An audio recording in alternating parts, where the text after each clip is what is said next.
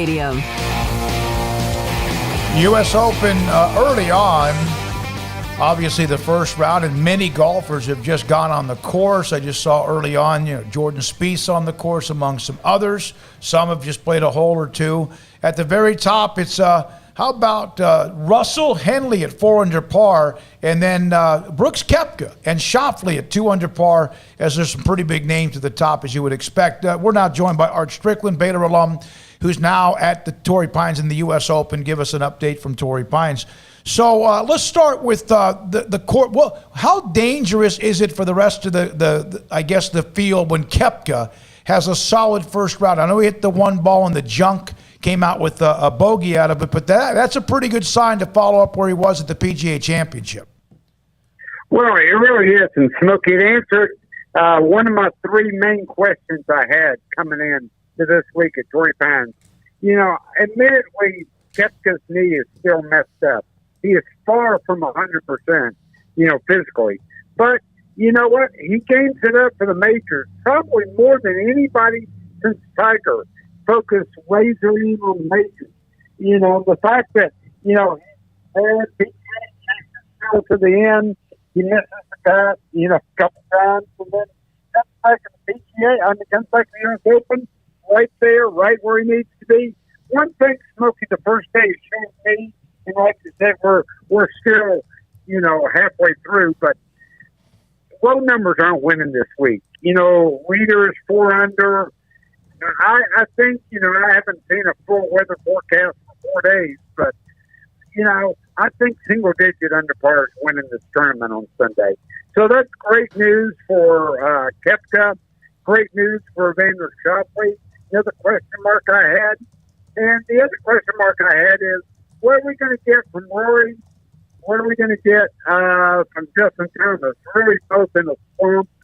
Spieth is broken out of his, but both those guys are off a good start. So looks like a great week of golf. Father's Day. But really, I think single digit under par is winning this thing, and Koepka and Schauffele are right where they need to be headed to Friday.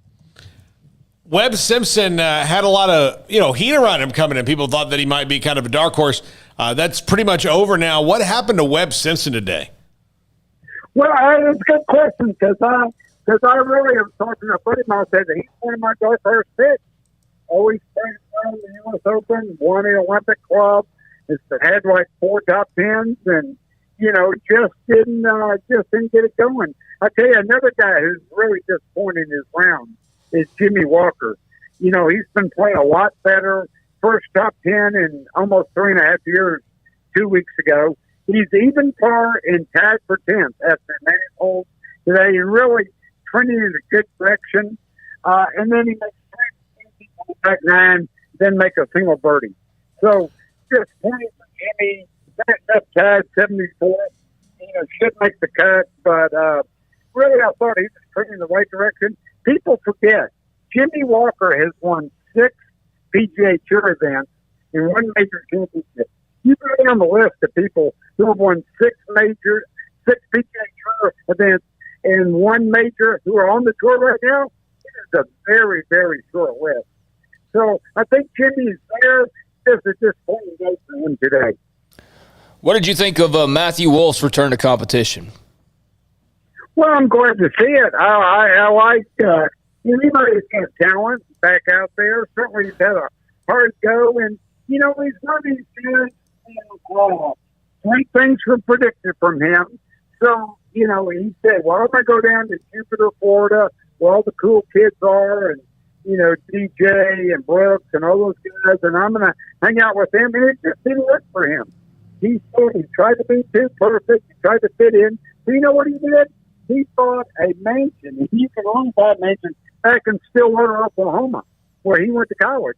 And he's got the largest house probably in Stillwater, Oklahoma right now.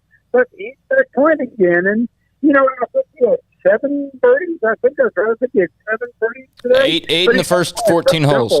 Yeah, 8 birdies in the first 14 holes, Craig just said. Yeah, and then he had a few others, as they say. But glad for Matthew Wolff. But that just shows you, Paul, that everybody doesn't play golf the same way. And hanging out with the cool kids in South Florida, It's great for Brooks, great for DK, didn't work for Matthew Wolf.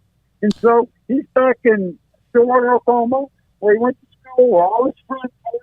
He's playing good golf. That just shows you there is not one way to play golf. There's a lot of different ways.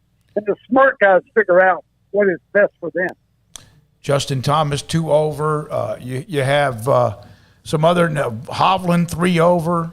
Finau, 3 over. We mentioned Jimmy Walker, 3 over par. Mickelson had a rough start. Colin Morikawa kind of blew up at the end, shoots 4 over, 75. Mickelson, he shot 4 over, but it could have been a lot worse. He was off to a rugged start at 3 over par. Did he shoot himself out of a chance to win the one tournament he's never won?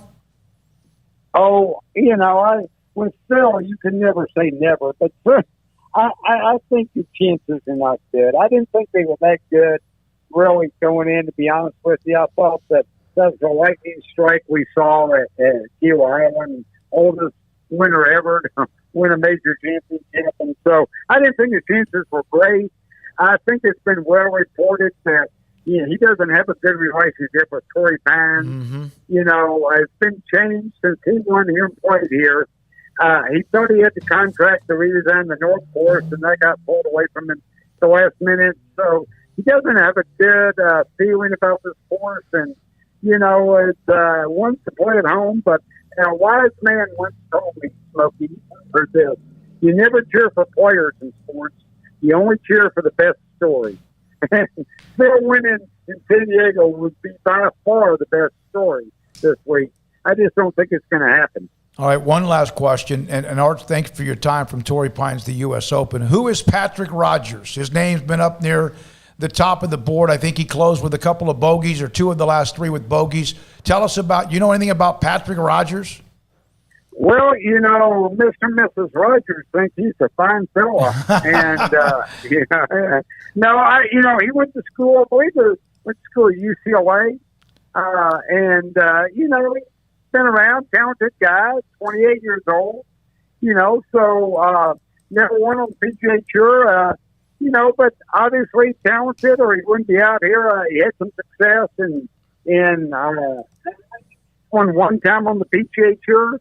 And so I think he's with Russell Henley. I think they may be, paired together on like the first group on Sunday, because I'm not sure either one of those guys is around thing. But hey, Smokey, I didn't even tell you one other thing before I get back to my real duty. The Art of Golf Travel takes people on great trips.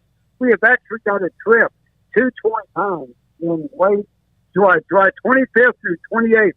We're playing the very same course at Torrey Pines South Course. And we are staying at Torrey Pines, the lodge at Torrey Pines, where these tour players are playing.